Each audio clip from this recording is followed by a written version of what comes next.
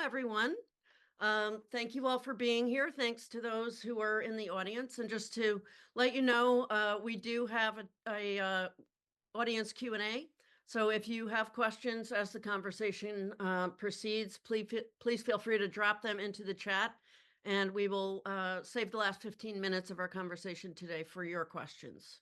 So just a reminder there. Today we're going to be discussing, in particular, XR technology, which is augmented reality, virtual reality, mixed reality. It is often called XR, which sometimes stands for extended reality. It's also known as immersive technology. So lots of terms there, but I'm sure that most people are at least familiar with some of those applications, VR and AR in particular. But this technology raises a lot of very interesting privacy questions, and we'll get into why that is. But today we're also very interested in privacy as an element of trust. As you know, there have been conversations over the past few years about the consumer's relationship with some of the big tech companies, what that looks like, what data is collected and why, how it's used, what level of awareness does a consumer have on the data that is being collected, what are their rights in terms of the collection of that data, what tools are available to them to limit the collection and use. All of that is, some of that is settled, but a lot of it is still very much in flux. And our government has taken a role in examining what a federal privacy law might look like. The states have taken a lot of action in the recent years, and we're seeing action across the pond in Europe and in other places as well. But this question of privacy and its impact on the bigger issue of trust and that relationship between the consumer and the product is what we're going to really be focusing on today. So I am joined by an outstanding panel of experts. I'll begin with Alex Gibbons is joining us from the Center for Democracy and Technology, where she is the president and CEO. Prior to that, she was executive director of the Institute for Policy and Law, for Technology Policy and Law. And she also served as chief counsel for technology and consumer protection at the U.S. Senate Judiciary Committee. We also have with us Carrie Valladares from Microsoft. Carrie is senior counsel focusing on mixed reality, AI research, and cloud services. And she is a longtime veteran of Microsoft, where she has been for 15 years. Brittan is a well-known thought leader on the intersection of emerging technology and public policy. She is serving as a lecturer at Stanford University, and she's also a fellow at Yale University and the Atlantic Council. And last but certainly not least, we have Jameson Spivack from the Future of Privacy Forum, where he is senior policy analyst for immersive technologies. And prior to that, Jameson was an associate with Georgetown University Law School Center on Privacy and Technology. So as you can see, we have a panel of experts who really have not just a deep understanding of these issues, but they are leading the conversation around much of this. So we're very, very pleased to have them with us today, and looking forward to this conversation. So to kick things off, let's talk about the role of privacy in the larger concept of trust and what that means and why it's important. So Carrie, I'll turn to you first for your thoughts from the corporate perspective. Sure. So I think for us, it really, and I won't say for us, Microsoft, but for myself, kind of, and what I think about when I think about these issues, it really comes down to not so much privacy and trust as just the integrity a company has or a service provider has when they tell a user or a customer they're going to do something, that they actually do it. And I think with privacy, that gets very tricky because, especially in the world of XR, the technology is so complicated and so multifaceted, and we will get later on to what is effective consent. And you have such a large customer base, it's very hard to make sure that everyone really communicates clearly and understands exactly what the commitment is. Mm-hmm. So, we all, like 15 years ago, I remember when I first started at Microsoft, we were thinking about just moving to the cloud. And everybody was used to having a floppy disk and putting it on their big, huge tower computer on their desk, and everything was private and it was in your own home. And how do we get people to think about the cloud as just something more efficient than the disk? And of course, like, all these privacy issues start coming up. And now we're in XR where you have multifaceted, you have a multi-layered ecosystem, you have hardware, you have platform providers, you have apps on top of those things, you have on-device storage, cloud-based storage. The data that's being gathered and how it's being processed is so complex. I mean, I think you'd be challenged to find anyone who understands, every single piece of a particular tool. And when XRA tried to make the graphic of like where everything goes, how many bodies and minds it took to figure that out. It's very difficult to make sure that a user really understands what they're being offered. And so it's inevitable that people will feel they've been cheated or they haven't got what they bargained for. And then that does cause a break in trust. So I would say, pulling everything back from kind of the big terms of, privacy and trust and the technology, and just to get to the core of how do you communicate what you're willing to offer and what you're going to do, and how do you know whether or not your customer actually understands what you've communicated, to me are far more complex. And those are kind of the real issues around how privacy and trust come together and how existing issues are being exacerbated by the more complex technology. Alex, at CDT, you're working on all issues related to technology and policy, not just XR. Can you talk a little bit about how you see the relationship between the consumer and either the manufacturer or the technology provider, how that relationship has evolved? And do you see it moving in a more positive direction, or is there more skepticism? Yeah, I mean, I think to start with that first point about why individual privacy is so important and why companies have to think about this, the first thing to note is that people are just more aware than ever before about how much data is collected about us in the course of our daily lives.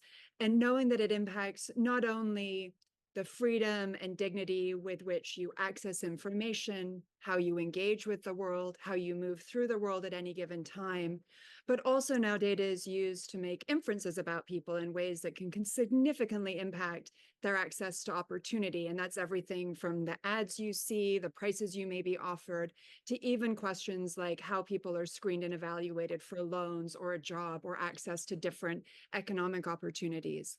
And so when the stakes are that high, people are paying attention, but at the exact same time, they're feeling less empowered than ever before. And the reason is data is collected in so many different ways, and the web is so complex that we know that as an individual person, just clicking your way through privacy policies, even if you read them, isn't actually a way in which to effectively protect yourself. So what consumers are looking for instead is for companies that will step up to the task, right? Who really will approach these questions with people's rights and their protections in mind. And when companies lean in on those issues and consumers trust that they're going to abide by those principles, as Carrie was saying, that can be a real market differentiator. What that means for the relationships that you're seeing is that one of CDT's kind of the two ways in which we work is one, pushing for legislative and regulatory change and educating policymakers about smart rules of the road, but also working directly with companies about how they can have responsible practices and policies. And we're happy to see that companies, are seeking that information or looking for that type of feedback. And that in spaces like the XR field, because some of these practices really are developing for the first time, we have a really fertile opportunity to try and establish a high bar for those norms and practices now. Well, I touched on briefly the unique challenges with XR and the amount of data that's collected. Jameson, you've done a lot of work on this.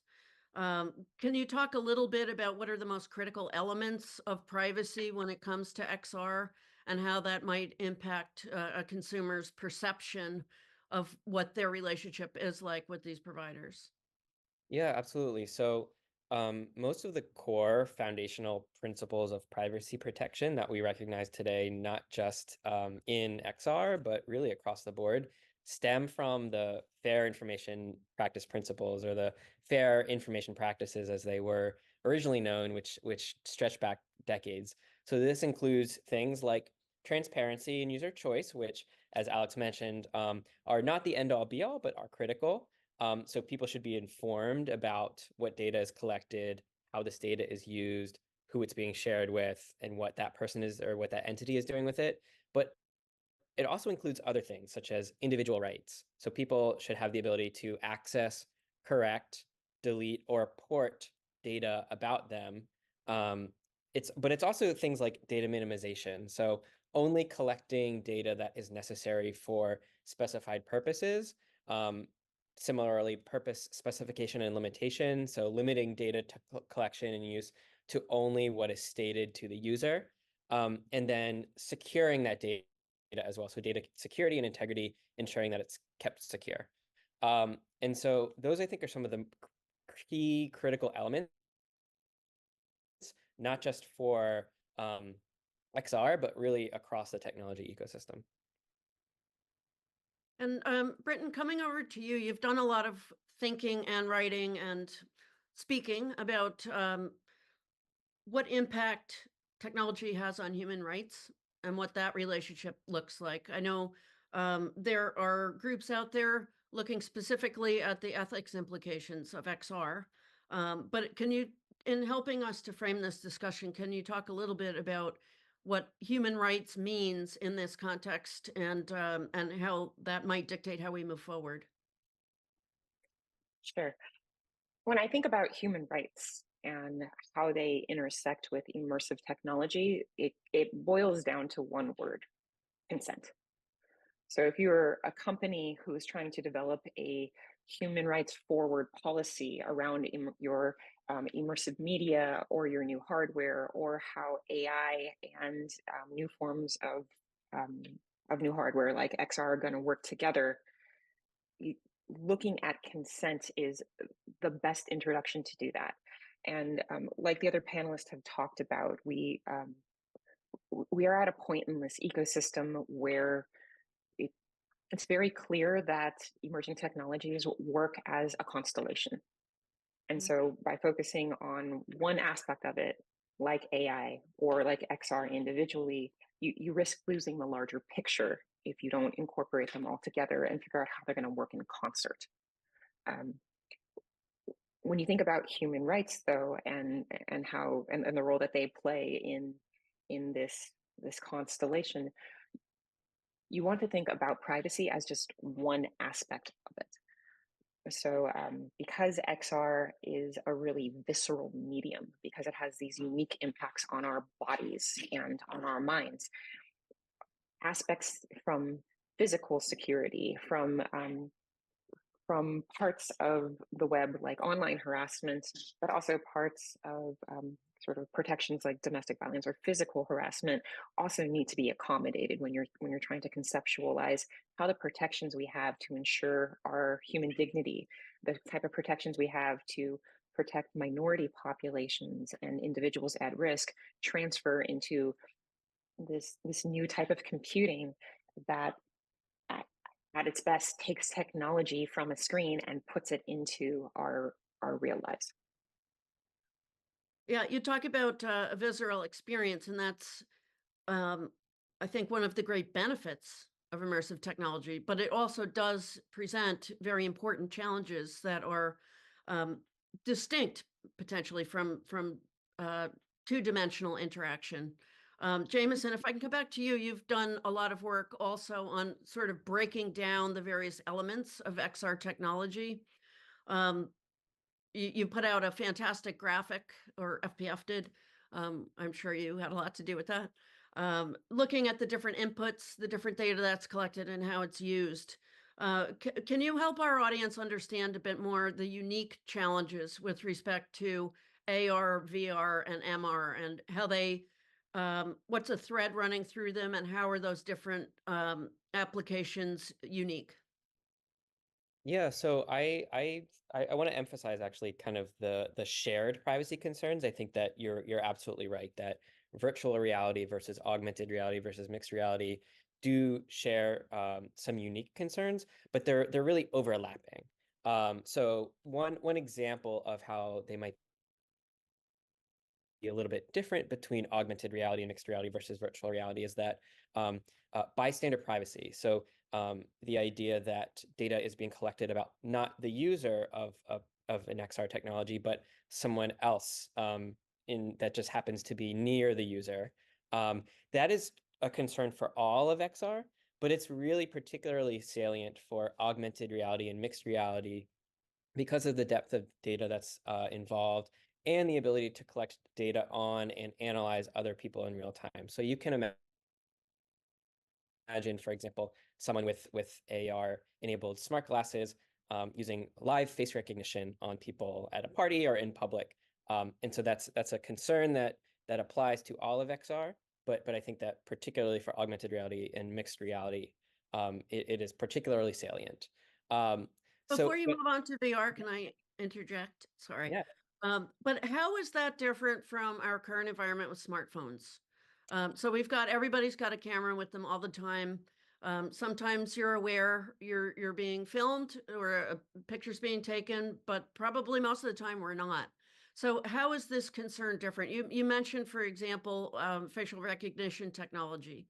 That I would assume that could be applied to multiple types of devices, not just XR devices.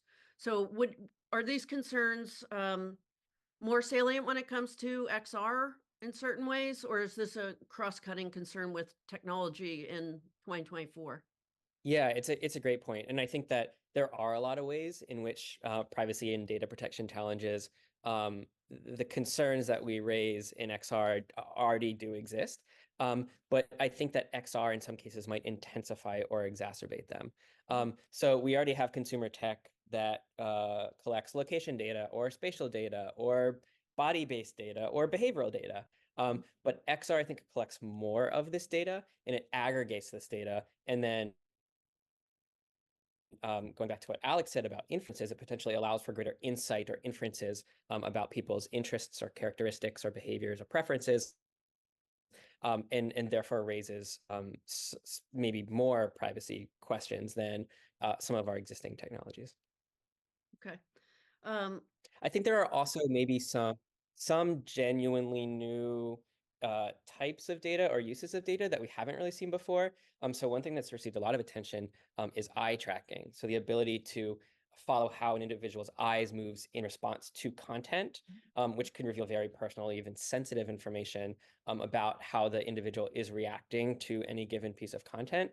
And that's not something we have particularly seen in consumer products before that I think is maybe a new concern for XR, but is not unique to XR in the sense that eye tracking could exist in other contexts as well.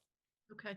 Well, I think you raise a really interesting point there as well, that most of the technologies that are being used in XR, although the information is aggregated to create an immersive experience, they're not brand new. Most of them are not brand new. So I think an example that people can relate to is if they have a Fitbit or something, health monitoring type of technology, that there's a lot of information that's collected that you might not even be aware of, like your heart rate, for example, something like that.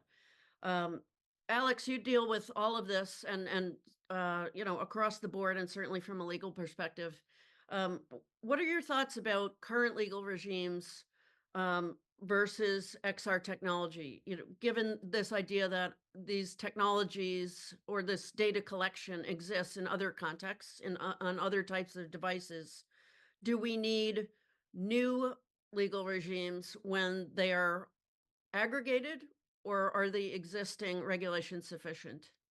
Well, I think a really important jumping off point for that conversation is that even existing uses of data in these ways aren't effectively regulated right now. So you point to the wearables market, for example. We don't have a comprehensive regime that actually protects that information. And it can be highly revealing of people's health status and emotional status and many other things. And right now we're lacking even that basic framework. So whether or not you think of the XR risks as a difference in kind or a difference in magnitude, which I think is the point that Jameson was saying, and very importantly so, we still need to really lean into what an effective privacy protection regime looks like. Building on the points that were made earlier, I do think there are just a couple other elements that I would highlight here. One is the risks that Jameson was just describing and Brittan had touched on too, really do show why leaning in on consent alone just simply isn't sufficient, right? So data minimization and purpose limitations are going to be more important than ever before. They're already important for many different tech uses, but even more important in this space. And there's an active question as to what that means in a new setting, right? Biometric data may be needed to be collected for the purpose of headset functionality, of course. How do we make sure that it's strictly confined solely for that purpose? What does device localization and other design elements look like? But also, what are the rules of the road and the standard expectations that we require of companies? And then two other elements that I would put in here are focusing not just on what is collected, but also on appropriate uses of the information. And biometrics is a really good example of this. We may decide as a society that emotion inference based on biometric data simply isn't permissible for commercial purposes. I don't think it's enough for us to say, well, if somebody discloses deep in their terms of service, hey, we may use eye tracking and your pupils dilating as a decision on the pricing level for a good to you. If that's disclosed in the terms of service, in my mind, that is not sufficient protection for someone. We can't consent our way out of this because people don't have the power in the market. So that's why we have to have a really thoughtful conversation here around, well, what uses are appropriate and how do we make sure that we're cabined in that way? The final point I'll make on that is we haven't used the words non-discrimination yet, but obviously that's a hugely important one, including where biometrics are involved.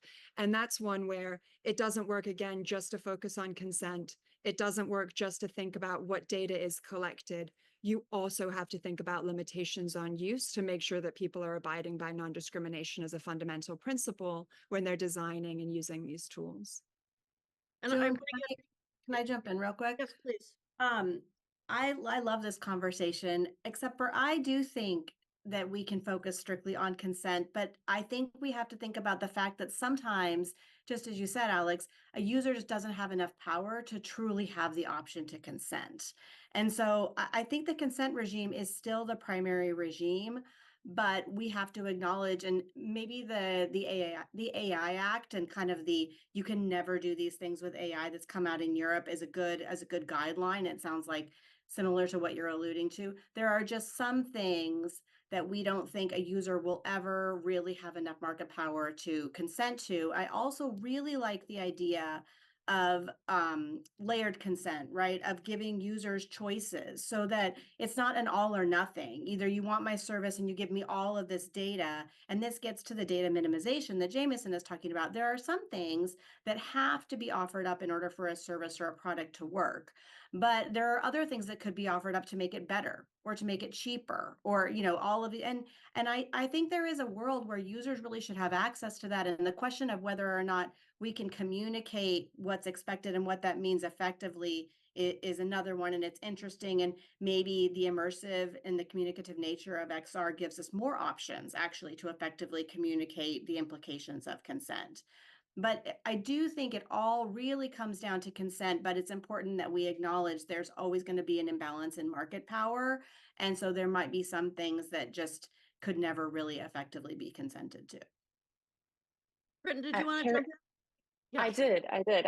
Carrie, I think you've intuitively hit on what some of the newest research is showing, where I was privileged to be a part of this interdisciplinary study, and it's about to be published in ISMAR, and it was myself and then professors from across the country, spanning from philosophy to computer science to design, where we tried to see if we could use the unique affordances of immersive technology to better make users aware that their eyes are being tracked.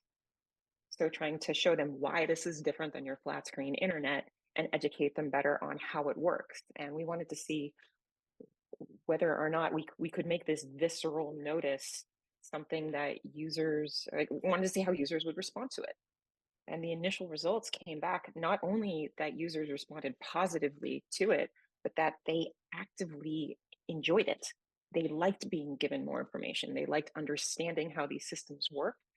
And we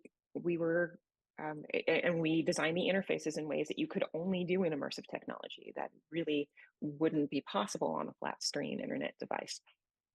To me, that is an ultimately optimistic point of view, where we have these legal premises like consent, but it shows that as technology evolves, our understanding of not only what is possible, but what is desirable for users can evolve with it. We just need to, and so for me, that is why consent is not the end all be all, but is a great place to start. Because as long as you bring users along with you and you make sure that it's meaningful and informed, you can use the specific affordances of the technology to get you there, hopefully.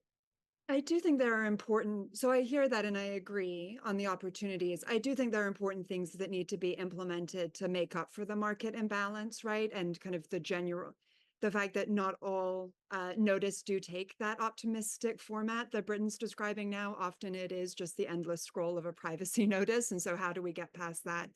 But to me, that just leads to an interesting conversation around what are the default settings? How do we establish a regime where you're opting into the more privacy invasive things and you're doing it because you understand the risks and you are choosing to take them anyway because you want this particular feature? So, which typically requires regulatory infrastructure to help give the right incentives for companies to do that. So of course, there's certainly a role for consent. I just worry about us leaning on that as the sole lever when I think we really need a more comprehensive view here. I think that's more than fair.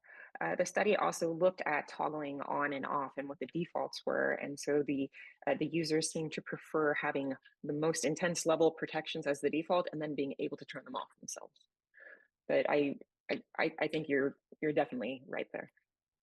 You know, this makes me think about the relative quote unquote sophistication of the user. You know, how much do they understand about technology, and how is their choice framed? How is it described? I think this all goes back to the issue of trust too, because I mean, clearly no one reads these endless scrolling consent things. And I think most of us are lawyers on this call. I've tried even from a legal perspective to read them and be like, you know what, I'm really going to get into this. And I still don't know what it says. Like I would have to hire. You should try writing them, Joan. You know, to navigate. So I don't think anyone really believes that constitutes consent. And I do think meaningful consent is very different from just consent. But to what extent does a user need to understand how the technology works or the type of data that's being collected and how it's being used to actually have that consent, to be able to consent to allowing whatever the platform is to use that data? Just put that out there to everyone.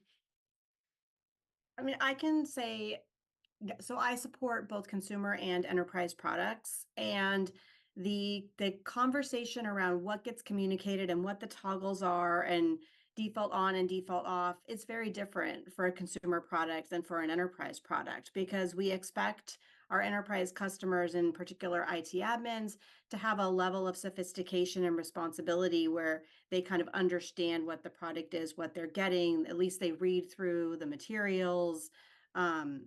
Whereas with consumers, definitely you have a much wider range and you really need to optimize kind of for the least sophisticated user.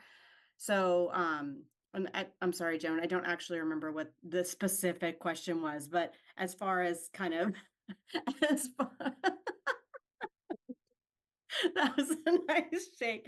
But I will say that, definitely thinking about the sophistication of the user is important. And that's part of the reason why, to Brittan and Alex's point, opt in and as rather than opt out is so important, because then you minimize the chance that a user kind of passes through something without really thinking about it, right? They scroll all the way to the bottom, and we can go all the way back to the cases that said you had to gray out the consent box until a user scrolled all the way to the bottom of the terms.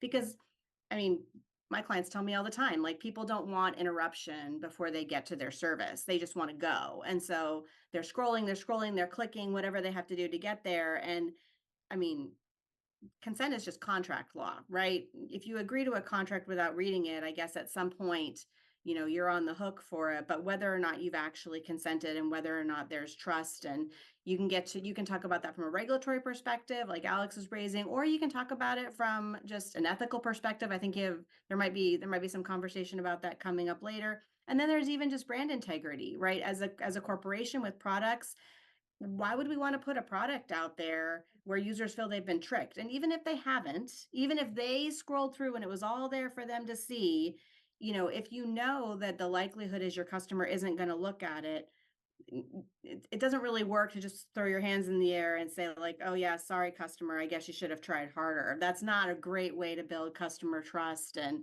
a brand integrity. Yeah, when I've been on the other side of the panel here, just sort of talking about these issues, I often think of the difference between thinking of a user as a consumer versus thinking of them more as a partner. And I think that gets to the element of trust as well. If terms are clear and they're easy to understand, and it's, the choice, what you're deciding to do or not do, it makes sense to you as an ordinary person. I think that helps to engender trust. Whereas if you've got pages of legalese, it's like, am I being hoodwinked? What am I doing here? So I do think that's very important. There are a couple of elements here in terms of privacy that I think come up, at least they're not completely unique to XR, but they come up in that context much more than other contexts. And one of them is neuro rights. And Jameson, I know that FPF's been looking at this a bit. Can you describe for our audience what is meant by neuro rights and how that's a part of XR? Yeah, so the term neuro rights is a set of proposed rights that specifically protect mental freedom and privacy. And this is something that we've seen primarily outside of the US, specifically in a few Latin American countries, most notably Chile, which has actually passed a constitutional amendment protecting neuro rights. And so it's not necessarily a widely recognized right. It's more so a proposed set of rights that include things like the right to mental privacy, so the right to not have your thoughts read, or things like the right to not be discriminated against based on your mental activity. It's kind of this proposed set of rights, and there's been some conversation about what does it actually look like to enact these rights, or to practice these rights, or to and then also, is it the best approach, or should we be protecting data types rather than creating these kind of very general rights where we don't even know how to define things like neural data or neural rights? And so one could argue that XR technologies collect neural data in the sense that they're collecting data about people's bodies related to their nervous system, whether that's the way that you move your body being the peripheral nervous system, or whether that's something to do with your inferences about your mental state based on your movements. But this is a really, really nascent space, and there's not a ton of agreement on what neuro rights are, or how to even define neural data, or things like mental privacy. Well, you mentioned the very dystopian notion of having your thoughts read. That's a happy thought. So Brittan, you've done work on biometric psychography, which is actually a term I believe that you coined. It's such a thrill for a baby academic to make a word. So I'm just so tickled right now that I can remember it's in the public discourse now. I hear it at least 5 times a day. No, it's a very important concept. And it sort of relates to this idea of having your thoughts read. Can you please tell us a little bit about how you came to this terminology, why you think there needs to be a specific term for this type of data collection and use? Sure. So biometric psychography is actually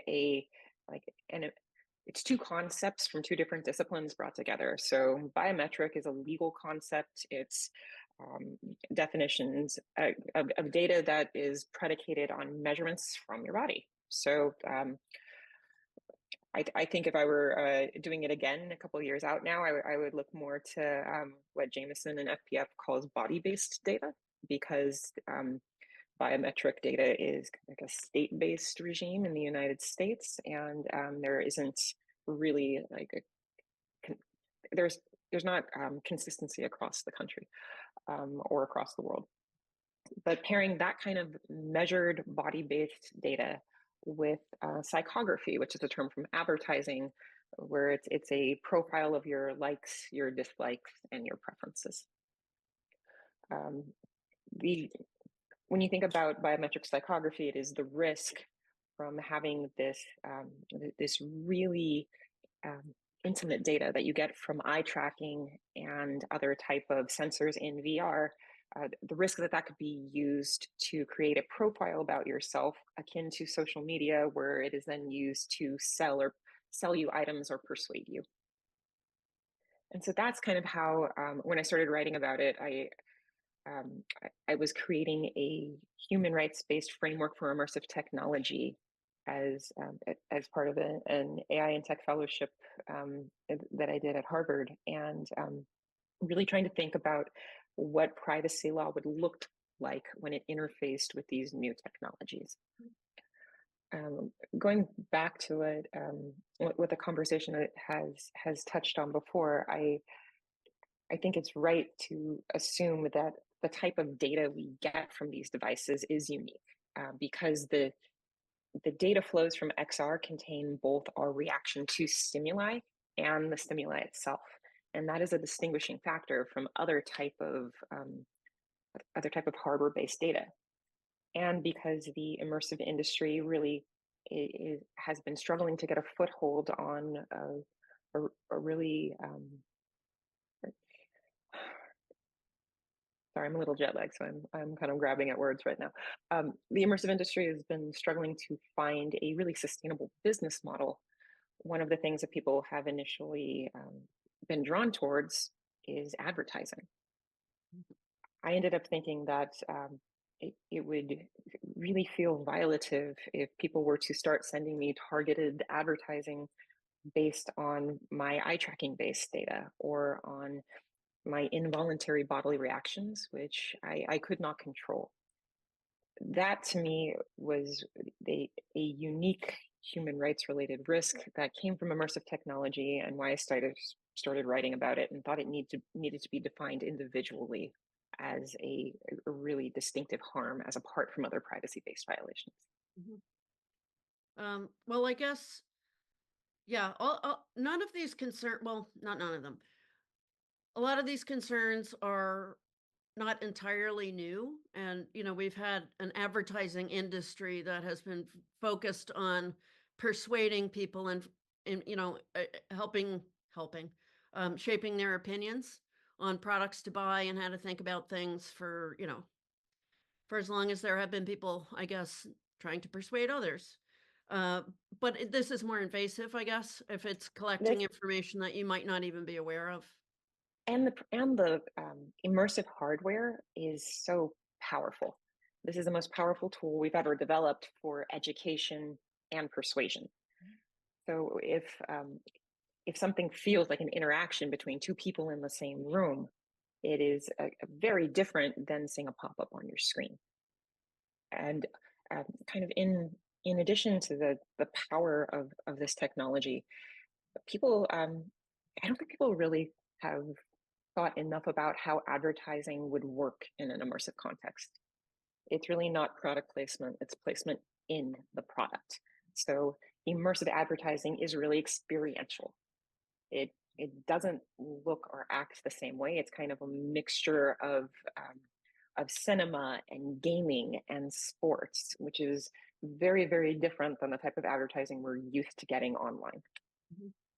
Joan, if I can, the other thing I would note is just where we are in the development curve, right? So if you think about traditional advertising, when the way that we got to see soap operas was because the soap companies were paying for commercials. There was a big jump, right? Like order of magnitude, different type when we moved to the type of behavioral advertising in the first wave of the online web experience. And the issue is when an industry jumps out like that, it becomes very hard to unwind, or for an individual company or advertiser to decide later, actually, we're going to be the good guys. We're not going to act on this highly invasive data. we're going to go back to old school, contextual advertising, just guessing based on the single page you're visiting, not this data profile we've developed about you. So the thing I worry about in the world that Brittan was just describing is if we don't act now to establish clear rules of the road, these practices are going to emerge, obviously, and they probably are going to have a pretty strong commercial advantage. And then it's an absolute race to the bottom where it is really hard for companies or advertising practitioners who want to be responsible to do so, because all of the market forces are going to go in the direction of novelty and even more data and profiling. So that's why efforts like what XRA is doing, but also, of course, the legislative and regulatory conversation is really important, because now is the time to think about what are sustainable advertising practices in immersive environments that don't come at this significant cost to people's privacy and their human rights. How do we, benefit, get the advantages that advertising can do in terms of meeting people's expectations, getting them what they want, and helping cover the costs of an environment, but without all of the downside. And we have to have that conversation now before the market gets out ahead of us and we feel that race to the bottom really take off.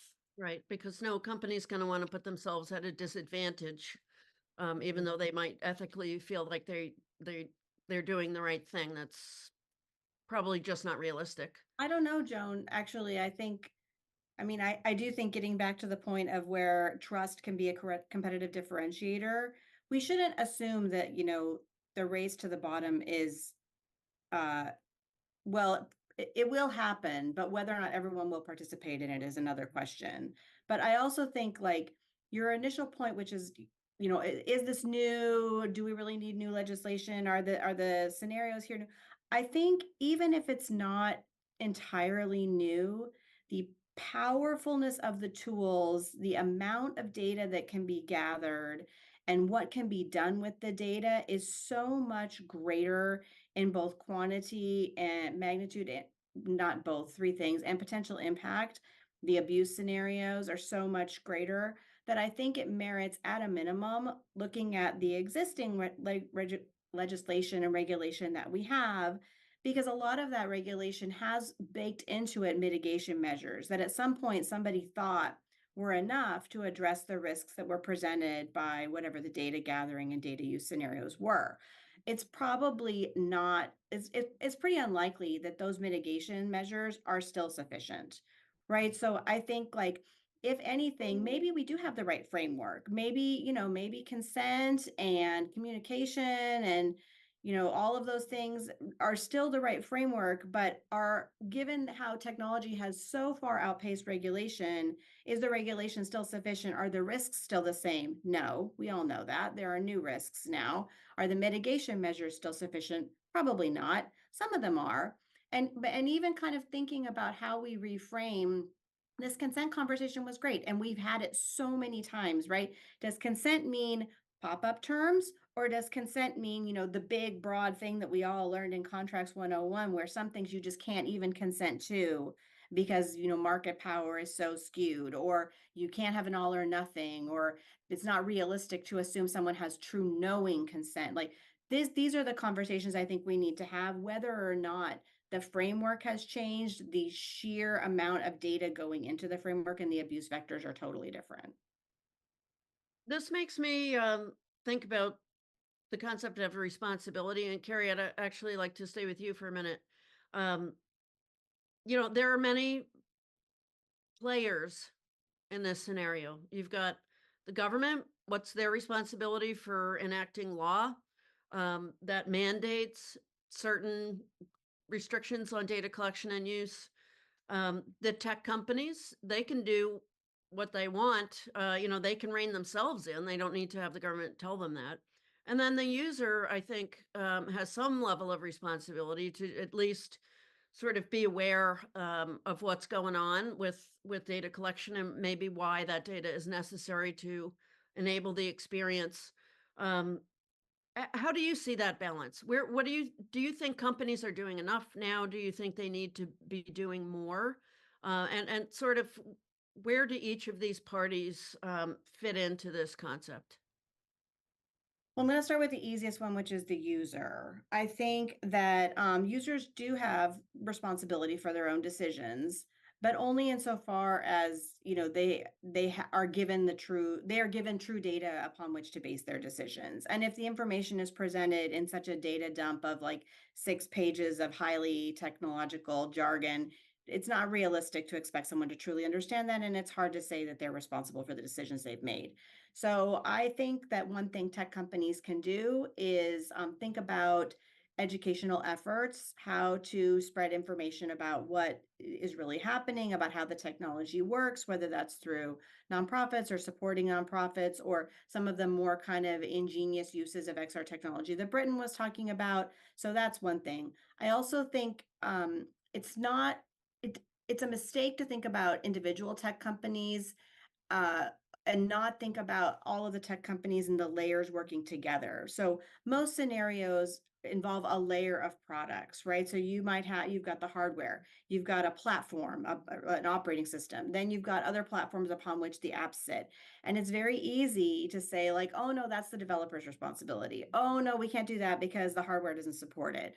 Oh no, this is the user chose it, so it's all okay. And in fact, Brittan started this out talking about this constellation, and it's true. There are so many different aspects, and this is something that I will say like Mesh has been thinking about in the space of accessibility. So how do you work together with kind of all of the interested parties to put together one unified scenario? And maybe that means, maybe as a platform, you don't want to make decisions for all of your developers and their products, but you want to make sure that your developers have access to tools so that they can make the right decisions for their users. So thinking about the full, like the waterfall of all of the different players involved, and how we can set up a framework that gives not only users, but also developers, hardware manufacturers, everyone the choice to do the right thing, because nobody's going to do the right thing if it's prohibitively expensive and the choice doesn't practically exist. So once you have all of that in place, and it is a little bit chicken and egg, Alex was kind of, I think, pointing out like, if you wait and to see if everybody does the right thing and then they inevitably don't, it's going to be too late to regulate. So hopefully you will get you will get more companies realizing that establishing trust with their customers is good business practice, and they will do the right thing, but there will be lots that don't. And so certainly government does have a place in it, but I think education is important there too. We see a lot of regulation that doesn't seem to have a good handle on the actual technology and how it works and what can be enabled by certain data practices.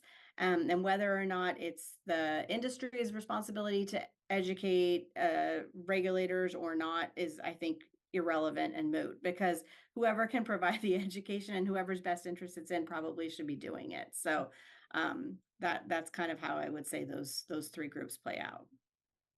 Well, speaking of government role in privacy law, and this is just open to everyone, we got fairly close, and I don't want to be pessimistic and think the privacy law won't pass this Congress, but assuming it doesn't make it through the House, I think we've gotten closer than we have in previous years to a national privacy law.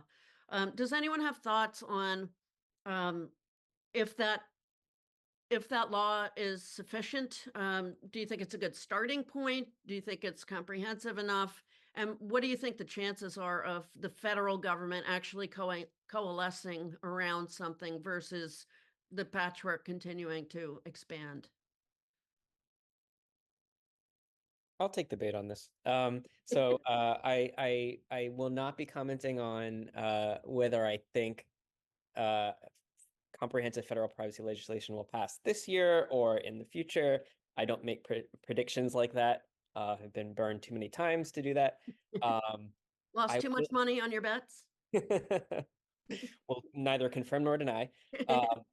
But talking about the American Privacy Rights Act, specifically APRA, the most current comprehensive federal privacy piece of legislation. So I think that in the latest form, the lack of civil rights protections and anti-discrimination protections is disappointing. And I think that while the data minimization provision is very strong, and we were talking about data minimization earlier, I think that the lack of civil rights protections makes it maybe not a great place to start if it doesn't pass this year. If we start this conversation again next year. but I will leave it up to the others to provide a little maybe more commentary and their thoughts on that. I mean, one way that I think about, so Jameson's absolutely right. The removal of the civil rights provisions and the final deal on APRA that was in the House Energy and Commerce Committee just makes it a non-starter moving forward. You can't leave unaddressed one significant vector of harm. But that said, one thing I've been encouraged in watching the discussions develop and mature over, we've been talking about federal privacy legislation for 25 years, but watching like the more recent sprints and maturation, like ADPPA, which was in the iteration before, there has been good emerging consensus around some of the key elements, and they actually match up to what Jameson began, the second question that you asked, or what are the elements of meaningful privacy protection? And it is things like data minimization, purpose limitation, security provisions, data rights, for individuals. To the extent that there is consent, it's limited and it's informed and it's, based in very specific circumstances. So I actually think all of that dialogue is very encouraging, and there has been a maturation. We know what elements need to be in a package and on the table. People fight exactly about how those pieces are drafted. This is why losing civil rights, this version was such a blow, because it had been part of the table stakes. It had been negotiated with bipartisan support and a vote of, 53-1 or whatever the vote, 53-2 in a previous Congress. But all of that gives me hope that we know what the elements of a good regime look like. We just need to find the political will to finally get it done and get past the state patchwork approach and give protections to people all over the country where we really need it. How's Europe doing? I'm sure you're all tracking the fairly recent European laws applying to this technology and others. Do you think that those are going to be effective? Do you see them as something of a model for the U.S. government? Or do you think there are differences that could never be bridged between the U.S. and Europe? Obviously, they have a slightly different perspective on some of this. It is a different continent. They have a different history, but ultimately it's all about human rights and the best interest of the user. But these were pretty remarkable that they were able to pass the DMA and the DSA. And then of course we have GDPR. Any thoughts on the effectiveness of those regimes, and if you think they could serve as a model here? I'll bite. Earlier in the discussion, I think Alex brought up the importance of some of the AI-based legislation that's been going on in the EU, and looking at some of the usage limitations. I feel like that would actually be a really good import into some of the thinking about this, as we previously discussed. More because the concept of human rights, when you look at it from the EU concept, is more a freedom from than the American concept of freedom to, and it seems like opening up that conversation would be a really productive dialogue if we're going to see it be part of this AI-based discussion. So we should be not just looking at that in the software context related to AI, but really seeing how it could apply to this new hardware, and if there are things we want to say just are off the table. I think as I was saying actually before we started the call, in recent conversations I've had, there are some members of European Parliament and the Commission who do want to see how all of this actually plays out in reality before thinking about ways that they need to tweak it, because it is relatively new. So it has yet to be seen how effective it is. But I'm conscious of the time, and we have some audience questions. So I'll turn to the first audience question that's sort of related to what we were just talking about, which is the global nature of immersive technology. The question is, considering the global nature of immersive tech, how can international cooperation be fostered to create consistent privacy standards to protect users across different jurisdictions? And from my perspective too, I do worry about having a splintering where, you know, if you're using a headset in one jurisdiction versus another, your rights look different. I don't think that's ideal. So any thoughts on how we might be able to bring like-minded countries together as we're developing these legal frameworks?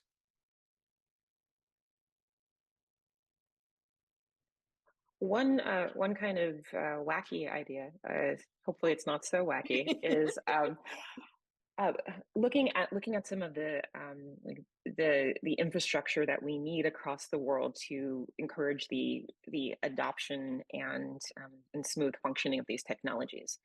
Where I think if you look at 5G and 6G, the kind of technologies we're going to really need to reduce latency and have these be have immersive technologies be operational in the wild, that may be one way to create sort of standards that go across the world. So looking at the ITU, looking at bodies like that.